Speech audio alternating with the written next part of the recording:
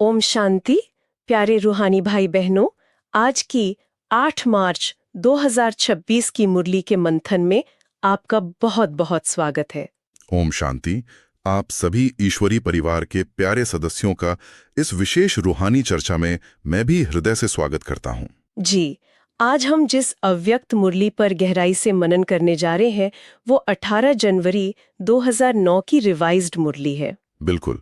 और ये बहुत ही पावन स्मृति दिवस है, क्योंकि आज बाप दादा ने हम बच्चों को 40 वर्ष की जो अव्यक्त पालना दी है उसका रिटर्न देने की विधि स्पष्ट की है। हाँ, 40 वर्ष की अव्यक्त पालना, शिव बाबा की उस अथाह और स्नेह भरी पालना को सिर्फ शब्दों में नहीं बल्कि आज हम अपने हृदय की गहराई से महसूस करने का प्रयास करेंगे। एकदम सत्य कहा आपने। ये मंथन सिर्फ बौद्धिक चर्चा नहीं है, बल्कि ये एक रूहानी अनुभव है। बाबा के महावाक्यों को अपने भीतर उतारने का एक बहुत ही सुंदर अवसर है। तो आज की मुरली का जो सार है वो मुझे बहुत ही दिल को छूने वाला लगा। बाबा ने बहुत ही मीठे शब्दों में कहा है कि हमें मेहनत से निकलकर मोहब्बत में लवलीन होना है। लवलीन होना, वाह! ये शब्द ही अपने आप में कितनी शांति लेता है ना। बिल्कुल, हम अक्सर देखते हैं कि पुरुषार्थ के मार्ग पर चलते हुए कई बार हम खुद को बहुत थका हुआ पाते हैं। ऐसा लगता है जैसे कोई बोझ उठा रखा हो। और वो बोझ इसलिए लगता है क्योंकि हम ईश्वरीय नियमों और मर्यादाओं को एक ड्यूटी या कार्य की तरह देखने लगते हैं। सही बात है, लेकिन बाबा राज कहते हैं कि जहाँ सच्चा स्नेह होता है, जहाँ शिव बाबा के साथ हमारा बहुत ही गहरा और व्यक्तिगत जुड़ाव होता है, वहाँ तो मेहनत स्वतः ही समाप्त हो जाती है। जी हाँ, स्नेह में तो कोई थकावट होती ही नहीं। बाबा ने ज्ञान को एक बीज के समान बताया है। ज्ञान एक बीज है जी। अब आप सोचिए, बीज चाहे कितना भी शक्तिशाली क्यों न हो, कितना भी श्रेष्ठ क्यों न हो, अगर उसे सूखी जमीन में डाल दिया जाए तो क्या उसमें से फल निकलेगा? नहीं, बिल्कुल नहीं, उसे पानी चाहिए। ठीक यही बात बाबा समझा रहे हैं। ज्ञान के बीज में जब तक परमात्मा के प्रेम का, उस रूहानी स्नेह का जल नहीं सींचा जाता, तब तक प्राप्ति का फल नहीं आ सकता। कितना सुंदर इशारा है। ये रूहानी स्नेह का जल सच में आत्मा को भीतर तक तृप्त कर देता है। जब हम ध्यान में बैठते हैं और बाबा के उस विराट रूप को महसूस करते हैं, हाँ, तो हमारे भीतर का सारा खालीपन, सारा सूनापन जैसे पल भर में भर जाता है। और एक बार जब आत्मा उस अनंत सागर में, शिव बाबा के प्यार में समा जाती है, तो फिर पुरुषार्थ कोई संघर्ष नहीं रह जाता। बिल्कुल नहीं। वो तो एक बहुत ही सहज और स्वाभाविक अवस्था बन जाती है। आत्मा बस उड़ती रहती है। जी, और आज की हमारी ये पूरी रूहानी चर्चा इसी ठहराव, इसी गहरे प्रेम के इर्द गिर्द रहेगी। बाबा ने मुरली के आरंभ में ही एक अत्यंत अलौकिक दृश्य का वर्णन किया है। हाँ, वो अमृत वेले का दृश्य। जी, बाबा ने बताया कि अमृत वेले के समय चारों ओर से बच्चे उन्हें स्नेह की मालाएं पहना रहे थे। ये दृश्य ही कितना रूहानी है। सच में। और बाबा ने इन मालाओं को 3 विशेष श्रेणियों में बांटा है। जो पहली माला थी वो थी बाप समान बनने के उमंग उत्साह की माला। उमंग उत्साह की माला, जो बच्चे हर दिन बाबा जैसा बनने का दृढ़ संकल्प करते हैं, उनके शुभ संकल्पों की यह माला थी। जी, और दूसरी माला ये थोड़ी अनोखी थी। ये थी कुछ बच्चों के मीठे उल्हनों की माला। उल्हने यानी मीठी शिकायतें। हाँ, जैसे बच्चे अपने अधिकार से बहुत प्यार से बाबा को उल्हने देते हैं कि बाबा आप तो मिलते ही नहीं, या बाबा ऐसा क्यों हुआ। और बाबा उन उल्हनों को भी कितनी सहजता से एक माला के रूप में स्वीकार कर लेते हैं, क्योंकि उसमें भी तो प्यार है ना। बिल्कुल प्यार है। और जो तीसरी माला थी वो तो बहुत ही विशेष और हृदय स्पर्शी थी। जी, अति बिछड़ी हुई बांधेली गोपिकाओं की माला। हाँ, यहाँ बाबा बांधेली गोपिकाओं का जिक्र कर रहे हैं। मेरा मानना है कि ये उन आत्माओं के लिए है जो समाज के, परिवार के या किन्हीं लौकिक बंधनों के कारण शारीरिक रूप से मधुबन नहीं पहुंच पाती या सेवा केंद्रों पर भी नहीं जा पाती। जी, लेकिन उनका मन, उनका पूरा अस्तित्व हमेशा परमात्मा की याद में तड़पता रहता है। और उनकी आंखों से जो प्यार के आंसू गिरते हैं, बाबा कहते हैं कि वो मोतियों जैसे चमकते हुए अमूल्य आंसू हैं। उन अमूल्य आंसुओं का जो आध्यात्मिक वजन है ना, वो बहुत बहुत गहरा है। कैसे? देखिए, जो आत्माएं लौकिक बंधनों में जकड़ी हैं, उनकी जो तड़प होती है वो सीधे परमात्मा के हृदय को स्पर्श करती है। शिव बाबा के लिए उनका एक एक आंसू इस दुनिया के सबसे कीमती मोती से भी अधिक मूल्यवान है। सच में। और उस अमृत वेले बाबा ने क्या किया? बाबा ने अपने विराट रूप में अपनी बाहें पसार कर उन सभी दूर बैठी आत्माओं को अपनी गोद में समा लिया। और ये मिलन सिर्फ एक भावनात्मक मिलन नहीं था। बाप दादा ने इसी दिन शक्ति सेना और पांडवों को हाथ में हाथ मिलाकर अपनी सर्व शक्तियों की विल भी सौंप दी। विल यानी वसीयत। जी हाँ, वसीयत। परमात्मा ने अपनी सारी शक्तियां बच्चों के नाम कर दी। सोचिए, ये शिव बाबा का अपने बच्चों पर कितना संपूर्ण विश्वास है। ये तो ब्राह्मण जीवन का सबसे बड़ा सौभाग्य है कि हमें स्वयं सर्वशक्तिवान की वसीयत मिल गई। और इसी प्रसंग में बाबा का एक बहुत ही गहरा महावाक्य सामने आता है। बाबा ने कहा कि स्नेह पहाड़ जैसी समस्या को भी रुई या पानी जैसा हल्का बना देता है। रुई जैसा हल्का, ये सिर्फ कहने की बात नहीं है, ये एक बहुत ही प्रैक्टिकल अवस्था है। बिल्कुल। दुनिया वाले अक्सर ये मानते हैं कि आत्मा का अंतिम लक्ष्य है परमात्मा में लीन हो जाना। हाँ, लीन हो जाना यानी अपना वजूद ही पूरी तरह से मिटा देना। जी, लेकिन बाबा हमें लीन नहीं बल्कि लवलीन होने की कला सिखाते हैं। लवलीन होना मतलब अपने अस्तित्व में रहते हुए, अपनी पहचान में रहते हुए उस ईश्वरीय प्रेम में इस कदर डूब जाना कि बाहर की कोई भी परिस्थिति मन को भारी न कर सके। एकदम सटीक कहा आपने। और इस लवलीन अवस्था को प्राप्त करने की विधि भी बाबा ने बहुत ही सुंदर बताई है। बाबा ने कहा है कि खुदा को अपना दोस्त बना लो। खुदा दोस्त? जी, खुदा। जब हम परमात्मा को सिर्फ एक सर्वोच्च सत्ता या एक नियंता के रूप में देखते हैं तो एक दूरी बनी रहती है। एक डर भी रहता है ना मन में। बिल्कुल, डर और संकोच रहता है। लेकिन जब हम उस सर्वोच्च सत्ता को अपना सबसे करीबी दोस्त मान लेते हैं तो हम उनसे अपने मन की हर छोटी बड़ी बात साझा कर सकते हैं। अपनी कमजोरियां भी। हाँ, अपनी कमजोरियां, अपनी उलझनें, अपनी गलतियां भी बिना किसी डर के बाबा को बता सकते हैं। दोस्ती के इस रिश्ते में एक स्वाभाविक हल्कापन आ जाता है। और फिर जो पहाड़ जैसी दिखने वाली परिस्थितियां होती हैं वो बहुत छोटी लगने लगती हैं। लगेंगी ही, क्योंकि हमें पता होता है कि हमारा वो सर्वशक्तिवान दोस्त हर पल हमारे साथ खड़ा है। सच में ये परिप्रेक्ष्य का नजरिए का बहुत बड़ा शिफ्ट है। बाबा इसी संदर्भ में कहते हैं कि कलयुग के अंत में तूफान तो आएंगे, लेकिन हम ब्राह्मण आत्माओं के लिए वे तूफान नहीं है बल्कि वे तोहफे हैं। तूफान नहीं, तोहफा है। जी, लेकिन मेरा एक सवाल है यहाँ। जब कोई आत्मा वास्तव में किसी बहुत बड़े जीवन के संकट से गुजर रही हो, मान लीजिए किसी अपने का शरीर छूट गया हो या कोई गहरा शारीरिक कष्ट हो, तब भावनात्मक रूप से टूटे बिना इस तूफान को तोहफा वाले नजरिए को कैसे अपनाया जाए? ये एक अत्यंत महत्वपूर्ण बिंदु है। क्योंकि उस समय ये कहना बहुत आसान लगता है कि ये तोहफा है, लेकिन प्रैक्टिकल जीवन में उसे उतारना बहुत बहुत कठिन होता है। मैं समझता हूँ। देखिए, जब कोई आत्मा गहरे संकट में होती है तो पीड़ा वास्तविक होती है। दर्द तो होता ही है, उसे नकारा नहीं जा सकता। जी, दर्द तो होता है। लेकिन बाबा हमें समझाते हैं कि पीड़ा और मानसिक कष्ट, जिसे हम सफरिंग कहते हैं, इन दोनों में अंतर है। कष्ट तब बढ़ता है जब हम परिस्थिति का विरोध करते हैं, जब हम पूछते हैं कि मेरे साथ ही ऐसा क्यों हुआ। बिल्कुल सही। बाबा कहते हैं कि इन तूफानों को तोहफा वही आत्मा मान सकती है जिसका निश्चय का फाउंडेशन पूरी तरह से अडोल हो। उस संकट की भारी घड़ी में ये स्मृति काम आती है कि मेरे सिर पर सर्वशक्तिवान बाबा के वरदान का हाथ है। वरदान का हाथ। जी। जब हम दृढ़ संकल्प के साथ उस परिस्थिति का सामना करते हैं तो वो संकट हमें तोड़ता नहीं है, बल्कि वो हमारी आंतरिक सहन शक्ति और हमारी निर्णय लेने की क्षमता को इतना बढ़ा देता है कि भविष्य के लिए वो एक अमूल्य अनुभव बन जाता है। यानी वो एक तोहफा बन जाता है। एकदम सही। जो आत्मा इस विधि से तूफान को पार करती है वो पहले से कहीं अधिक परिपक्व और शक्तिशाली होकर उभरती है। वाह, ये स्पष्टीकरण तो इस बात को बहुत ही व्यवहारिक बना देता है। संकट के समय हमें घबराना नहीं है, बल्कि बाबा के उस वरदानी हाथ की स्मृति को अपनी ढाल बनाना है। बिल्कुल।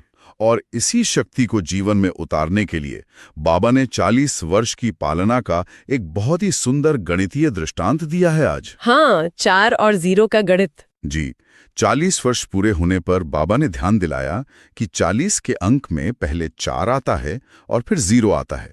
बाबा ने 0 को हमारी बिंदु रूप आत्मिक स्थिति से जोड़ा है। दुनिया की नजर में 0 का मतलब होता है कुछ नहीं, शून्य। जी। लेकिन आध्यात्मिकता में खुद को शरीर के भान से शून्य कर लेना, देह अहंकार से 0 कर लेना ही असल में इस विश्व नाटक का हीरो पाठधारी बनना है। बहुत ही गहरी बात है ये। बिना 0 बने यानी बिना देही अभिमानी स्थिति में टिके कोई भी कर्म श्रेष्ठ नहीं हो सकता। बिल्कुल नहीं हो सकता। देह भान को मिटाकर 0 बनना ही हमारे ब्राह्मण जीवन का मूल आधार है। जब आत्मा स्वयं को एक चमकते हुए प्रकाश के बिंदु के रूप में अनुभव करती है तो उसके सारे लौकिक लेबल जैसे कि मैं फला जाति का हूँ, मेरा ये धर्म है, मेरा इतना बड़ा पद है या मेरी उम्र इतनी है, ये सब स्वतः ही समाप्त हो जाता है। जी हाँ, सारे लेबल खत्म हो जाते हैं और इसी शून्य की अवस्था से, इसी जीरो की स्थिति से ही हमारी असली रूहानी शक्तियां जागृत होती हैं। जब तक हम किसी न किसी सूक्ष्म देह भान में उलझे रहते हैं, तब तक हमारा वो श्रेष्ठ हीरो पार्ट दुनिया के सामने प्रत्यक्ष हो ही नहीं सकता। और इसीलिए बाबा ने जीरो बनने की इस धारणा को व्यावहारिक जीवन में लाने के लिए 4 के अंक का महत्व समझाया है। जी, वो 4 प्रैक्टिकल कदम। हाँ, बाबा ने कहा है कि हमें अपने दैनिक जीवन में ये 4 प्रैक्टिकल कदम उठाने हैं। आइए इन चारों कदमों को एक एक करके बहुत गहराई से समझते हैं। पहला कदम बाबा ने बताया है सदा शुभ चिंतक बनना। सदा शुभ चिंतक। जी, बाबा ने कहा है कि अगर हम किसी अन्य आत्मा में कोई कमी या कमजोरी देखते हैं तो हमारे मन में घृणा या तिरस्कार का भाव बिल्कुल नहीं आना चाहिए, जो कि दुनिया में बहुत आम बात है। बिल्कुल, दुनिया में तो हम कमियां देखकर किनारा कर लेते हैं, लेकिन बाबा कहते हैं कि इसके बजाय हमें रहमदिल बनना है और उन आत्माओं को अपनी शुभ भावनाओं का सहयोग देना है की होती है या फिर उनकी आलोचना करने की होती है। लेकिन अगर हम इसे रूहानी नजरिए से गहराई से समझें तो जो आत्मा अपनी किसी कमजोरी के वशीभूत है, चाहे वो क्रोध हो या अहंकार हो, वो आत्मा वास्तव में परवश है। परवश है यानी वो खुद भी खुश नहीं है उस कमी के साथ। एकदम सही, वो खुद भी अंदर ही अंदर उस कमी से लड़ रही होती है। अगर हम भी उसे घृणा की दृष्टि से देखेंगे तो हम तो उसे और नीचे धकेल रहे हैं ना। सही बात है। शुभचिंतक बनने का वास्तविक अर्थ ये है कि हम उस आत्मा की वर्तमान कमजोरी को ना देखें, बल्कि उसके मूल स्वरूप को, उसकी आत्मिक पवित्रता को देखें, उसकी सतोप्रधान अवस्था को देखें। जी, हमारी शुभ भावनाएं और हमारे दिल से निकली दुआएं उस परवश आत्मा के लिए एक संजीवनी बूटी का काम करती हैं। और ये हम तभी कर सकते हैं जब हमारा अपना मन शक्तिशाली हो। बिल्कुल, और अपने मन को शक्तिशाली बनाने का जो रास्ता है वो बाबा के दूसरे कदम से होकर गुजरता है। जी, दूसरा कदम? हाँ, और वो है शुभ चिंतन। बाबा ने देखा है कि कई बार हम बच्चों के मन में व्यर्थ संकल्पों का बहुत अधिक प्रवाह चलता रहता है। व्यर्थ संकल्प तो जैसे हमारी जमा की हुई सारी आध्यात्मिक ऊर्जा को ही नष्ट कर देते हैं। सही कहा आपने, एक लीकेज की तरह काम करते हैं। तो इस व्यर्थ को रोकने के लिए बाबा ने आज एक अत्यंत मनोवैज्ञानिक और बहुत ही प्रैक्टिकल तरीका सुझाया है। वो टाइम टेबल वाला तरीका? जी हाँ, बाबा ने कहा कि अपने मन का एक स्पष्ट टाइम टेबल बनाओ।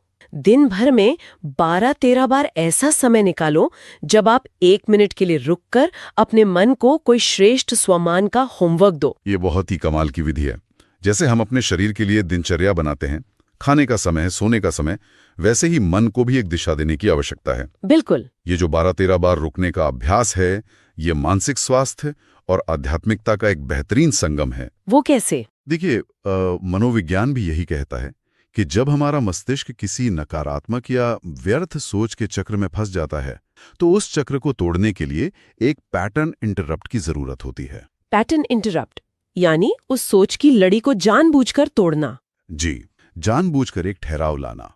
जब हम हर 1 या 2 घंटे में जानबूझकर रुकते हैं और खुद को याद दिलाते हैं कि मैं एक मास्टर, सर्वशक्तिवान आत्मा हूं या मैं एक शांत स्वरूप आत्मा हूं, तो हम वास्तव में अपने मस्तिष्क की कार्यप्रणाली को ही नया रूप दे रहे होते हैं। वाओ, ये तो बहुत ही शक्तिशाली बात है। हाँ, और लगातार इस शुभ चिंतन में व्यस्त रहने से व्यर्थ संकल्पों के लिए हमारे मन में कोई जगह ही नहीं बचती। इससे हमारा बहुत सा समय और बहुत सी ऊर्जा बच जाती है। ये अभ्यास सचमुच हमारे सोचने के तरीके को पूरी तरह से बदल सकता है। और जब मन का चिंतन इतना श्रेष्ठ और इतना गहरा हो जाता है तो स्वाभाविक रूप से हमारी वृत्ति पर इसका सीधा असर पड़ता है, जो कि बाबा का तीसरा कदम है। जी हाँ, शुभ वृत्ति। हम अक्सर दुनिया में भी सुनते हैं कि जैसी वृत्ति होती है वैसी ही दृष्टि होती है और वैसी ही सृष्टि बन जाती है। बिल्कुल। अगर हमारे मन के भीतर किसी भी आत्मा के प्रति या किसी भी परिस्थिति के प्रति कोई साधारण या अशुभ वृत्ति छिपी हुई है तो वह हमारे आसपास के पूरे वातावरण को, पूरी वाइब्रेशन को प्रभावित करती है। वृत्ति वास्तव में हमारी चेतना का वो सूक्ष्म चश्मा है जिससे हम इस पूरी दुनिया को देखते हैं। बहुत सुंदर उदाहरण है चश्मा। जी। अगर हमारे अंदर किसी के प्रति ईर्ष्या है, क्रोध है या असंतोष की वृत्ति है तो बाहर हमें हर चीज नकारात्मक ही दिखाई देगी। चाहे वो कितनी भी अच्छी क्यों ना हो। सही बात है। शुभ वृत्ति का अर्थ है हर आत्मा को सिर्फ और सिर्फ शिव बाबा के बच्चे के रूप में देखना, उन्हें एक आध्यात्मिक यात्री के रूप में देखना।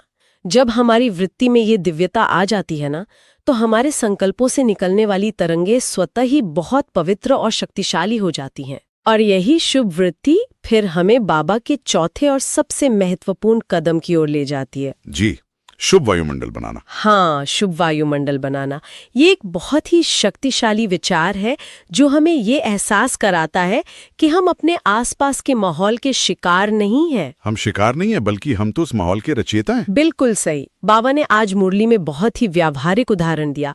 बाबा ने कहा कि जब कहीं भौतिक रूप से कोई बदबू या दुर्गंध आती है तो क्या हम उसे चुपचाप सहन करते रहते हैं? नहीं, हम तुरंत वहाँ कोई खुशबू फैलाने का प्रबंध करते हैं या खिड़की खोल देते हैं। जी, उसी तरह अगर हमें किसी स्थान का या किसी परिस्थिति का मानसिक वायुमंडल बहुत अशुभ या भारी लगे, तो ये सोचना कि यहाँ का तो माहौल ही खराब है, ये एक बहुत ही कमजोर स्थिति है। ये तो प्रभाव में आना हो गया। हाँ, जबकि हमारी जिम्मेदारी क्या है? हमारी जिम्मेदारी है कि हम अपनी शुभ भावना और शुभ वृत्ति से उस वायुमंडल को बदल दें। इससे मैं इस तरह से देखता हूँ जैसे थर्मामीटर और थर्मोस्टेट के बीच का अंतर होता है। थर्मामीटर और थर्मोस्टेट, ये तो बहुत ही सटीक तुलना है। जी, क्योंकि थर्मामीटर क्या करता है, वो सिर्फ कमरे का तापमान बताता है कि यहाँ गर्मी है या सर्दी है, यानी वो सिर्फ स्थिति का वर्णन करता है। बिल्कुल। लेकिन जो थर्मोस्टेट होता है वो उस तापमान को अपने अनुसार बदल देता है। बाबा चाहते हैं कि हम ब्राह्मण आत्माएं इस वातावरण का थर्मामीटर न बने, बल्कि थर्मोस्टेट बने। वाह, हमें वातावरण को बदलने वाला थर्मोस्टेट बनना है। जी, लेकिन इसमें एक सबसे बड़ी रुकावट आती है। वो क्या? वो रुकावट तब आती है जब हम दूसरों का इंतजार करने लगते हैं। हम सोचते हैं कि पहले सामने वाला अपना व्यवहार बदलेगा या पहले ये माहौल थोड़ा शांत होगा, तब मैं अपनी शांति बनाए रखूंगा। हम इंतजार में समय गवा देते हैं। हाँ, लेकिन बाबा ने स्पष्ट रूप से कहा है कि नेगेटिव को पॉजिटिव बनाने में हमेशा पहले मैं का दृढ़ संकल्प होना चाहिए। पहले मैं, ये बहुत बड़ी बात है। जी, क्योंकि जो एडवांस पार्टी की आत्माएं हैं, जो शरीर छोड़कर भविष्य की नई दुनिया की स्थापना की तैयारियों में सूक्ष्म रूप से जुटी हुई हैं, और जो स्वयं प्रकृति है, ये दोनों ही हमारे शक्तिशाली और शुभ वायुमंडल का इंतजार कर रहे हैं। तो इसलिए हमें इंतजार नहीं करना है, बल्कि स्वयं इंतजाम करना है। बिल्कुल, हमें इंतजाम करना है। वातावरण का थर्मोस्टेट बनना ये एक बहुत ही स्पष्ट और गहरी दृष्टि है। जब हम वातावरण को बदलने की ये ईश्वरीय जिम्मेदारी अपने कंधों पर उठा लेते हैं, तो हमारे भीतर का सारा डर, सारी चिंताएं स्वतः ही समाप्त हो जाती हैं। और शायद यही कारण है कि बाबा ने इस वर्ष के लिए हम बच्चों को एक बहुत ही कमाल का और बहुत ही हल्का करने वाला स्लोगन दिया है। जी हाँ, नो प्रॉब्लम। No problem. आज दुनिया में देखिए, चारों ओर सिर्फ भय और असुरक्षा का ही माहौल फैला हुआ है। सच में हर कोई इसी चिंता में डूबा है कि पता नहीं कल क्या होगा, दुनिया का क्या होगा। भविष्य को लेकर एक अनजाना सा डर लोगों के दिलों में गहराई तक बैठा हुआ है। लेकिन इन सब के बीच शिव बाबा कहते हैं कि मेरी ब्राह्मण आत्माओं के दिल में सदा विजय का झंडा लहराना चाहिए, और मन में सदा खुशी का डांस चलना चाहिए। खुशी का डांस, बिल्कुल। दुनिया की उस भयभीत अवस्था और हम ब्राह्मणों की इस बेफिक्र अवस्था में कितना बड़ा कॉन्ट्रास्ट है ना। बहुत बड़ा कॉन्ट्रास्ट है, और इसका कारण यह है कि हम दाता के बच्चे हैं। जी, बाबा ने कहा है कि हमारे संपर्क में जो भी आत्मा आए, वो कभी भी हमसे खाली हाथ वापस ना जाए। हमें उन्हें गिफ्ट देनी है। हाँ, हमें अपने चेहरे से, अपनी रूहानी चलन से और अपने पवित्र व्यवहार से हर आत्मा को ईश्वरीय गुणों की गिफ्ट देनी है। क्योंकि देखिए, भौतिक चीजें बांटने से तो कम हो सकती हैं, लेकिन शांति, प्रेम, धैर्य और खुशी जैसे जो रूहानी गुण हैं, उन्हें हम जितना दूसरों को देते हैं, हमारे भीतर वे उतने ही 1000 गुना बढ़ जाते हैं। सही कहा। और इस निश्चिंत अवस्था का, इस नो प्रॉब्लम वाली स्थिति का एक बहुत ही सुंदर प्रमाण बाबा ने ये बताया कि अब हमें यज्ञ में या निमित्त बहनों को लंबे लंबे पत्र लिखकर अपनी समस्याएं बताने की कोई आवश्यकता नहीं। लंबे पत्रों की कोई जरूरत नहीं। जी, इसके बजाय बाबा कहते हैं कि बस अपनी टीचर बहन के द्वारा एक ओके का कार्ड भेज देना चाहिए। अरे, ओके का कार्ड सुनने में बहुत साधारण लगता है, लेकिन ये वास्तव में हमारी संपूर्णता का प्रतीक है। बिल्कुल, ये ओके का कार्ड ये दर्शाता है कि हम हर परिस्थिति में संपन्न हैं और संतुष्ट है। बाबा हमारी स्थिति को इतना ऊंचा, इतना हल्का और शिकायत मुक्त देखना चाहते हैं। जी, और इसके साथ ही बाबा ने आज अलग अलग समूहों के लिए बहुत ही स्पष्ट और व्यवहारिक इशारे भी दिए हैं। हाँ, जैसे दादियों के लिए। जी, दादियों को बाबा ने विशेष कार्य सौंपा कि एक ऐसी शक्ति सेना तैयार की जाए जो निमित्त बनकर चारों ओर अपनी शुभ भावनाओं का चक्कर लगाए और वायुमंडल को पूरी तरह से पावरफुल बना दे। बिल्कुल, वायुमंडल को बदलने का ये झंडा बहुत ही दृढ़ता से उठाना है। और युवाओं के लिए, यूथ ग्रुप के लिए भी बाबा ने एक बहुत बड़ा लक्ष्य रखा है। वो है मर्यादा पुरुषोत्तम बनने का लक्ष्य। जी, बाबा चाहते हैं कि युवा बच्चे मनसा वाचा कर्मणा और संबंध संपर्क में यानी जीवन के हर एक पहलू में ईश्वरीय मर्यादाओं का पूर्ण रूप से पालन करें और दुनिया के सामने एक श्रेष्ठ आदर्श प्रस्तुत करें। एकदम सही। और जो नए बच्चे पहली बार मधुबन आए थे, जैसे कि बाबा ने मुरली में मध्य प्रदेश के राज्यपाल का भी विशेष रूप से उल्लेख किया, उनके लिए बाबा ने आध्यात्मिकता का एक बहुत ही सरल लेकिन बहुत शक्तिशाली नियम बताया। गुड मॉर्निंग और गुड नाइट का नियम। जी हाँ, बाबा ने कहा कि सुबह जैसे ही आंख खुले तो सबसे पहला संकल्प, सबसे पहली गुड मॉर्निंग सिर्फ और सिर्फ शिव बाबा को होनी चाहिए। और रात को सोने से पहले दिन भर का सारा बोझ, सारी बातें बाबा को सौंपकर गुड नाइट करनी चाहिए। ये छोटी सी दिनचर्या पूरे दिन को एक ईश्वरीय सुरक्षा कवच पहना देती है। ये नियम शुरुआत और अंत को सीधे परमात्मा से जोड़ने का एक अचूक तरीका है। अगर हमारे दिन की शुरुआत ही परमात्मा की याद से होती है तो बीच के सारे कर्म स्वतः ही श्रेष्ठ होने लगते हैं। बिल्कुल। चलिए अब इस रूहानी चर्चा को थोड़ा और गहराई में ले चलते हैं और आज के वरदान पर मनन करते हैं। जी, आज बाबा ने वरदान दिया है, सूक्ष्म संकल्पों के बंधन से भी मुक्त बन, ऊंची स्टेज का अनुभव करने वाले निर्बंधन भव। सूक्ष्म संकल्पों के बंधन, ये शब्द बहुत ही गहरे अर्थ वाला है। जी, हम अक्सर देखते हैं कि हम स्थूल रूप से तो बहुत सी चीजों का त्याग कर देते हैं। हाँ, जैसे हम सादा भोजन अपना लेते हैं, साधारण वस्त्र पहनना शुरू कर देते हैं। बिल्कुल, लेकिन जब हम एकांत में ध्यान में बैठते हैं तब हमें एहसास होता है कि मन के किसी कोने में अभी भी देह का भान बचा हुआ है, या अपनी किसी पदवी का अभिमान है, या किसी पुराने लौकिक संबंध का सूक्ष्म खिंचाव रह जाता है। जी, और यही वो सूक्ष्म धागे हैं जो आत्मा को ऊपर उड़ने नहीं देते। ये सूक्ष्म धागे कई बार इतने अदृश्य होते हैं कि हमें पता भी नहीं चलता कि हम बंधे हुए हैं। सच में, अगर ध्यान करते समय केवल एक बार अपनी देह याद आ गई तो उस देह से जुड़े हुए सभी संबंध, घर परिवार, समाज और पूरा का पूरा संसार याद आ जाता है। ये तो एक चेन रिएक्शन की तरह काम करता है। एक संकल्प से हजारों संकल्प पैदा हो जाते हैं। जी हाँ, इसलिए बाबा कहते हैं कि इन सूक्ष्म धागों से पूरी तरह मुक्त होकर पूर्ण रूप से निर्बंधन बनना है। निर्बंधन भाव।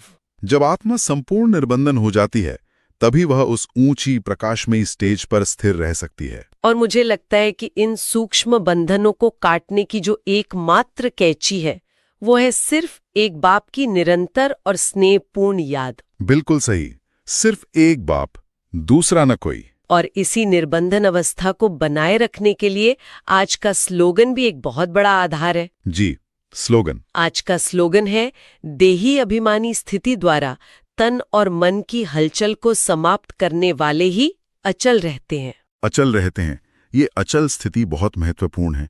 जब हम बाहर की दुनिया को देखते हैं तो शरीर में कभी बीमारी की हलचल हो सकती है या फिर मन में अलग अलग परिस्थितियों के कारण तनाव आ सकता है। हलचल तो जीवन का हिस्सा है, वो तो आएगी ही। जी, लेकिन अगर हमारी स्थिति देही अभिमानी है, यानी हम पूरी तरह से इस ईश्वरीय चेतना में टिके हुए हैं कि मैं एक अजर अमर आत्मा हूं, तो ये बाहर की कोई भी हलचल हमें भीतर से हिला नहीं सकती। ये तो ऐसे हुआ जैसे देही अभिमानी स्थिति वास्तव में समुद्र की गहराई की तरह है। बहुत सुंदर उदाहरण। समुद्र की सतह पर चाहे कितनी भी भयंकर लहरें हों या कोई बहुत बड़ा तूफान ही क्यों ना आ जाए, लेकिन उसकी गहराई में हमेशा एक पूर्ण और अचल शांति होती है। जी हाँ, गहराई में कोई शोर नहीं होता। बिल्कुल।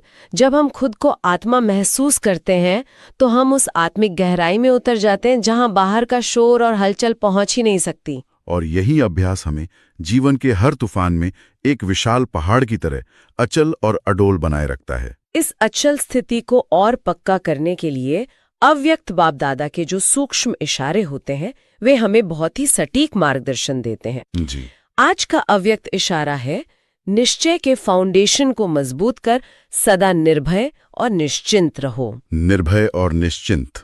जब हमने माया पर, इन विकारों पर जीत प्राप्त करने का दृढ़ संकल्प ले ही लिया है, तो यह स्वाभाविक है कि माया भी विभिन्न समस्याओं के रूप में हमारे सामने अपनी पूरी ताकत से आएगी। हाँ, माया का काम ही है परीक्षा लेना। जी, माया का आना कोई आश्चर्य की बात नहीं है।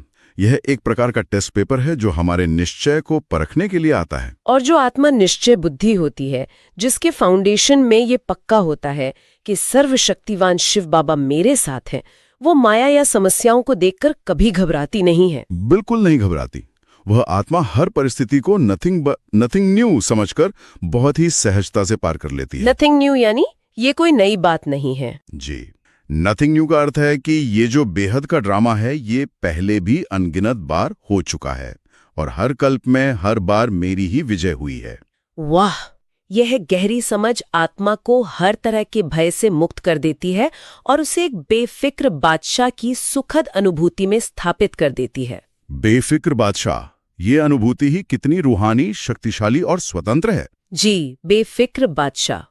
तो आइए आज की इस अत्यंत गहरी और रूहानी चर्चा के बाद कुछ पलों के लिए बाहरी दुनिया के सारे विचारों को समेट लें और इन शक्तिशाली महावाक्यों को अपने भीतर गहरे उतरने दें। जी, हम कुछ चुनिंदा स्वमानों का अभ्यास करेंगे। आप जहां भी हैं, यदि संभव हो तो बाहरी हलचल से दूर होकर अपनी दृष्टि को भीतर की ओर मोड़ लें। भ्रिकुटी के मध्य में चमकते हुए अपने उस अलौकिक बिंदु स्वरूप को देखें। अपने मन को पूरी तरह शांत और एकाग्र करें और इन रूहानी संकल्पों को गहराई से महसूस करें। हम एक पल का मौन रखेंगे और इस स्वमान को अनुभव करेंगे, मैं परमात्मा के प्रेम में लवलीन आत्मा हूँ। इस अवस्था में टिक जाएं। मैं इस बेहद के नाटक की महान हीरो पाठधारी आत्मा हूँ। स्वयं को उस हीरो पाठ में देखें। मैं सदा शुभचिंतक और शुभ वायुमंडल बनाने वाली मास्टर विश्व परिवर्तक आत्मा हूँ। इस शुभ भावना को चारों ओर फैलने दें। मैं हर परिस्थिति में अचल, निर्भय और बेफिक्र बादशाह हूँ। इस असीम शांति, प्रेम और शक्ति के प्रकंपनों को अपनी आत्मा में पूरी तरह से संभालें। जी, आज के इस रूहानी मंथन से ये बिल्कुल स्पष्ट हो जाता है कि शिव बाबा का ईश्वरीय प्रेम और उनकी पालना इतनी शक्तिशाली है कि वो भारी से भारी तूफान को भी हमारे लिए एक अमूल्य अनुभव और तोहफे में बदल सकती है। बिल्कुल, हमें बाहरी परिस्थितियों के बदलने का इंतजार नहीं करना है, बल्कि स्वयं अपने शुभ चिंतन और शुभ वृत्ति से इस वातावरण का इंतजाम करना है। हाँ, आज पूरे दिन भर हमें इसी जीरो और हीरो की स्मृति को अपने हर कर्म में शामिल रखना है। बीच बीच में रुककर अपने मन का टाइम टेबल चेक करना है, उसे श्रेष्ठ सम्मान देने हैं और खुद को उस ईश्वरीय प्रेम में हमेशा लवलीन रखना है, जहां मेहनत स्वतः ही समाप्त हो जाती है। जी हाँ। अगर आज के इस मुरली से आपको कोई विशेष प्रेरणा या स्वमान का अनुभव मिला हो तो उसे अपने जीवन में धारण करें और दूसरों को भी प्रेरित करें। अपने विचार या अनुभव कमेंट में साझा करें ताकि अन्य आत्माओं को भी शक्ति मिले। याद रखें, हर शुभ संकल्प ही विश्व कल्याण की सेवा है। ओम शांति।